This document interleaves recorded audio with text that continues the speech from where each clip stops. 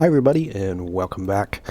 Today I'm going to be reviewing the Cessna 207 Stationair 8.2. This is available at the Microsoft Store.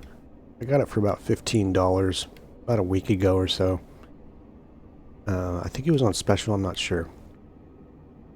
But I'm just going to go over my impressions on this plane and what I think about it. It's really beautifully modeled, as you can see. This plane can actually hold 8 people. And it comes in 3 different models. There's the passenger model, which is this. 8 seats, 1, 2, 3, 4 different rows. And then there's a cargo variant and a skydiving variant. And a bunch of different liveries. I like this livery because it seems to me to be a bit more realistic. Like something that you'd actually fly or own.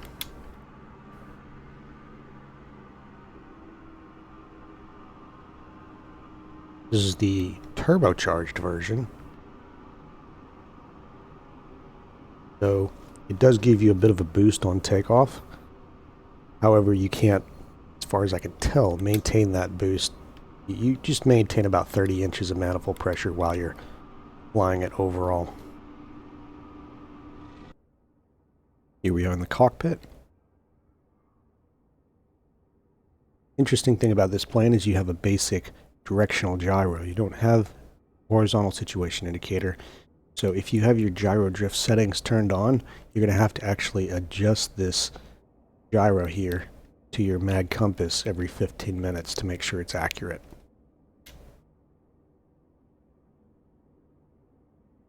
You have one VOR indicator.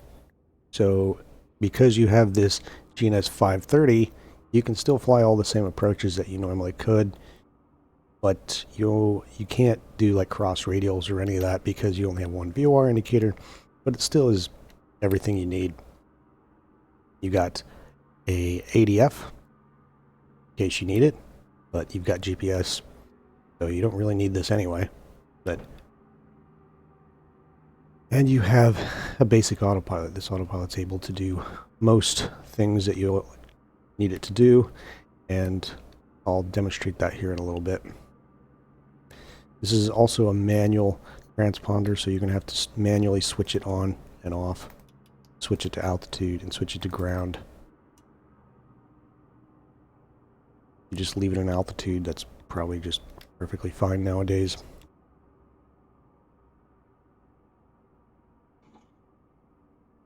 This fuel selector switch, this is what I would consider to be one of the defects of this model, because there is no option to go straight from left to right. There's only off. You have to go through the off position to get to the other tank, and you have to manually switch these tanks back and forth while you're flying, so you'll run out on one side or start burning on one side and then have to go to the next, and you'll actually shut the engine off when you go through the off position to the other tank. There's no way that that would be the case in real life, but that's the case in this game.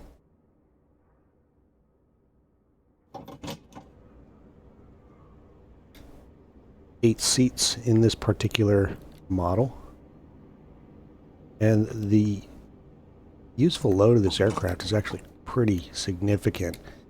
You can carry a lot of weight. You can't carry a lot of fuel and passengers, however, you could carry quite a bit.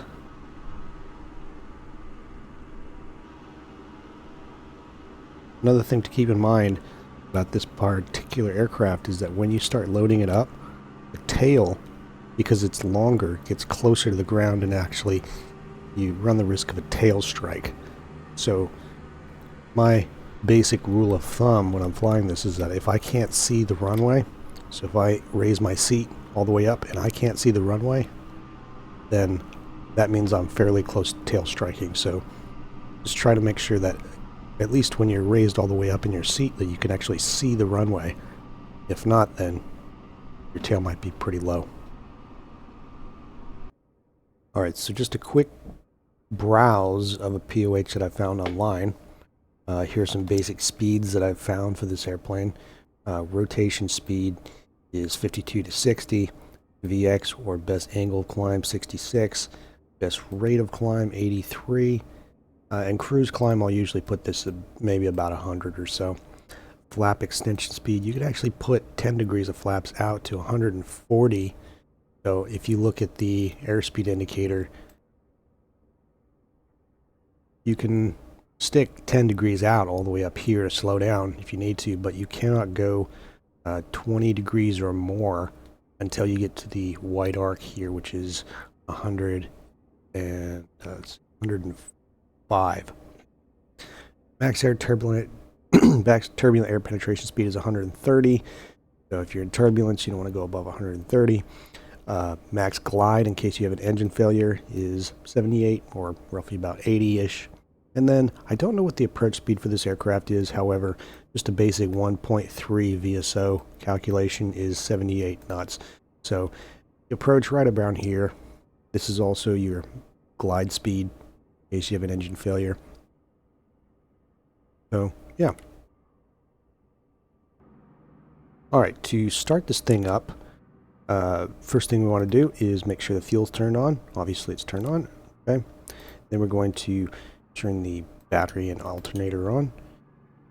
And in order to prime this thing, from what I can tell, you need to have the mixture rich, so it is. And then you're going to turn the fuel pump on for 5 seconds.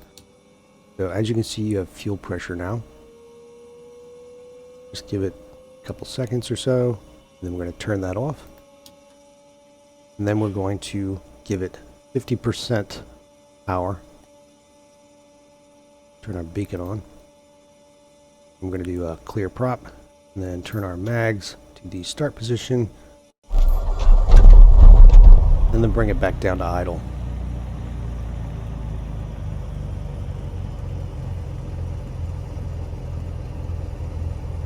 Alright, we have oil pressure. That's in the green. And we're going to turn our alternator on, which it's already on, and our avionics on. Now, this fuel pump here is only to be used during start, takeoff, and landing. This emergency fuel pump is only for emergencies. So this actually operates at a much higher fuel pressure and is only to be used in the case of like needing to get as much fuel into the engine as possible, fuel pressure, in case that this one doesn't work. But I think it puts a lot more wear and tear on the fuel pump, or maybe it's a separate fuel pump, I don't know. But it's only to be used in emergencies, and this is for routine use.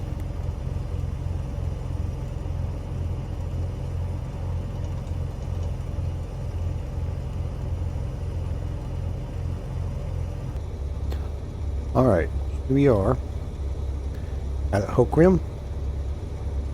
And holding short runway 24. So we're going to turn our landing light on, turn our boost pump on, and there's your trim. Just make sure that's generally around neutral, maybe a little bit aft of neutral. Make sure your prop is full forward, and this is your cowl flap right here. This is open, this is shut, and this is how you control your cylinder head temperature. There. It'll be open for the takeoff portion. And let's go.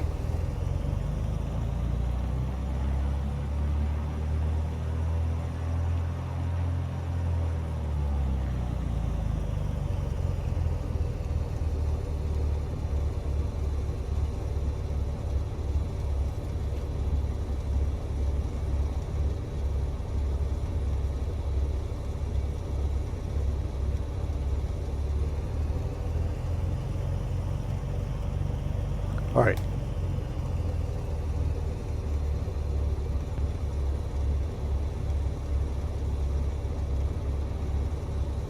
I'm going to do a short field takeoff. You can take off with 10 degrees of flaps in this plane, just so long as you don't go, remember, above 140. So we're going to hold the brakes, and we are going to give it full takeoff power, which actually gets us up to 36 inches and about 25 or 28 and a half hundred RPMs. Release the brakes.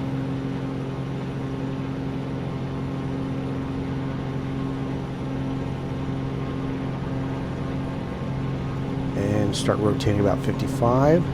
Then nose off the ground. Off the ground, ground effect. And climb away. Alright, flaps are coming up, clear the obstacles. And we're going to bring it back down to cruise. Climb about 30 inches and 2,500 RPM.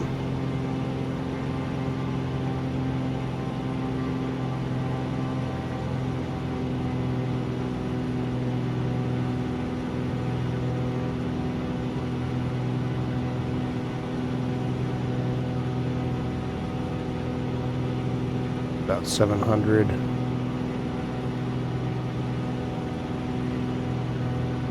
Left crosswind.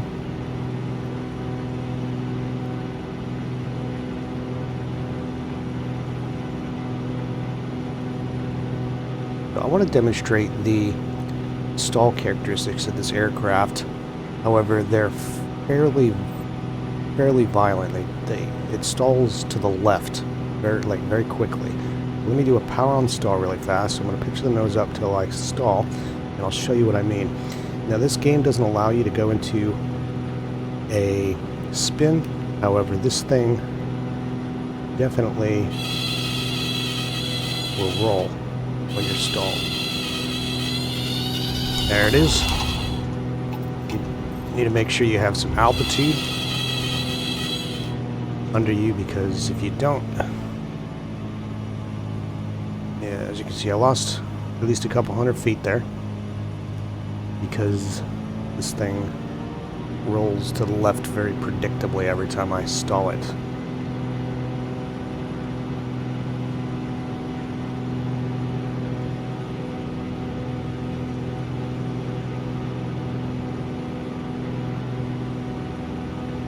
So cruise power, I'm going to put it about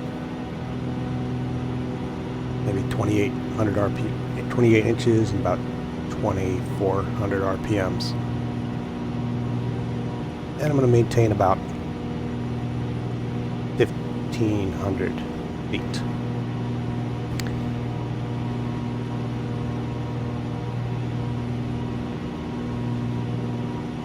So we're going to demonstrate the autopilot on this thing really fast.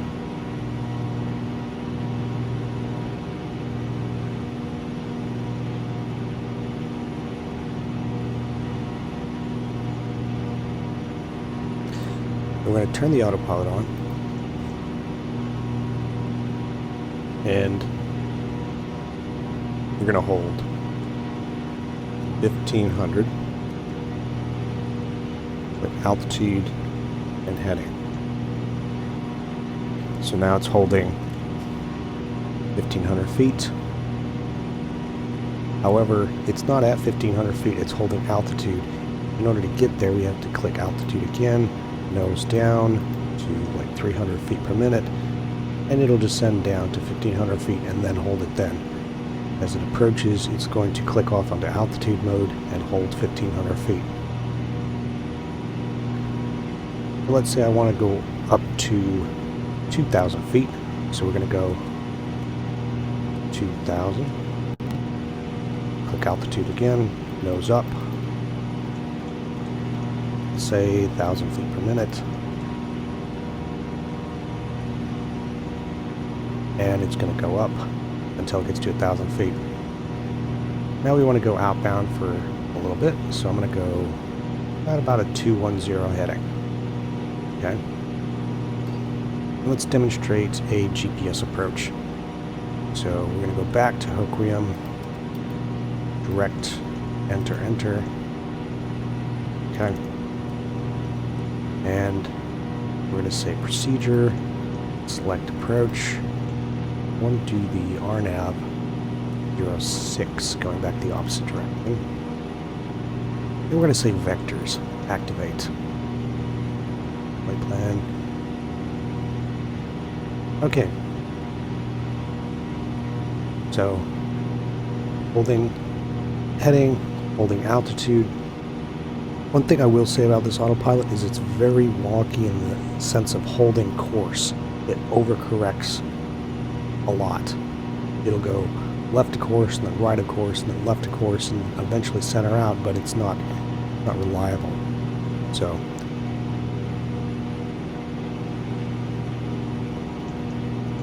make sure this is on GPS.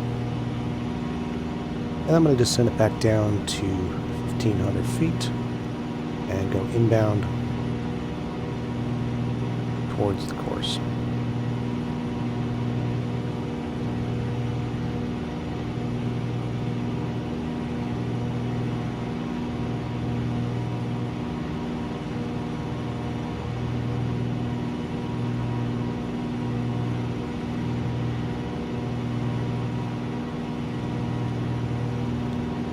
Something like that. Click altitude again, down at about 500 feet per minute, down to 1,500 feet. There's your glide slope, so you are slightly below glide slope.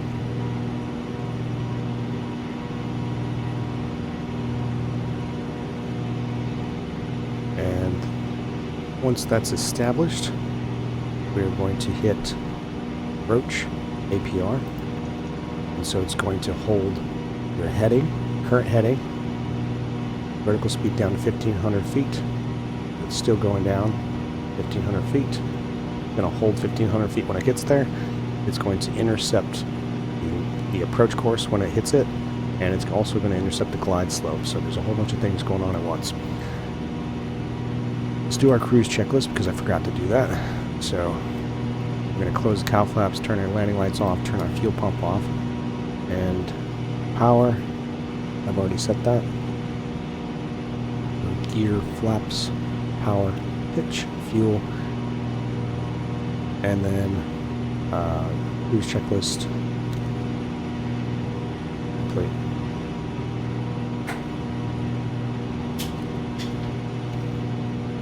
As you can see, 1,500 feet intercepting course inbound at Judsaw. And here comes the glide slope.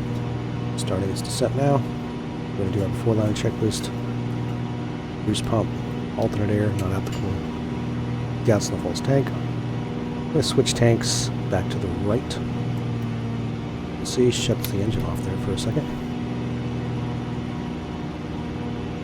Undercarriage, 3 down locked, mixture rich, prop full forward. And landing light on, cowls and mags. Before line checklist is complete.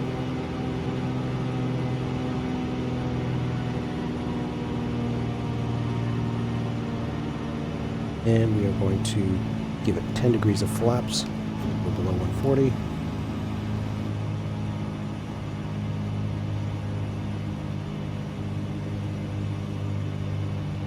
Once we get below 105, drop the rest of the flaps.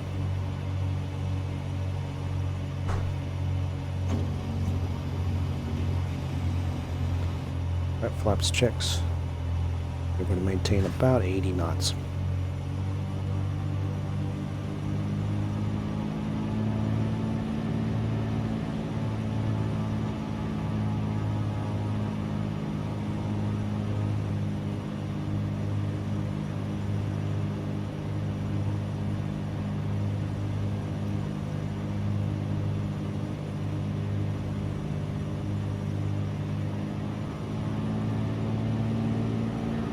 Alright, turn the autopilot off, land it manually.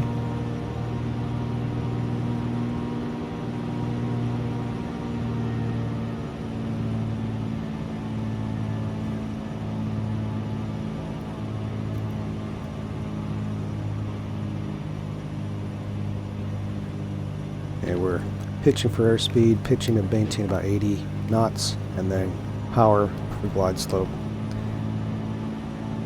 Aiming for aiming point.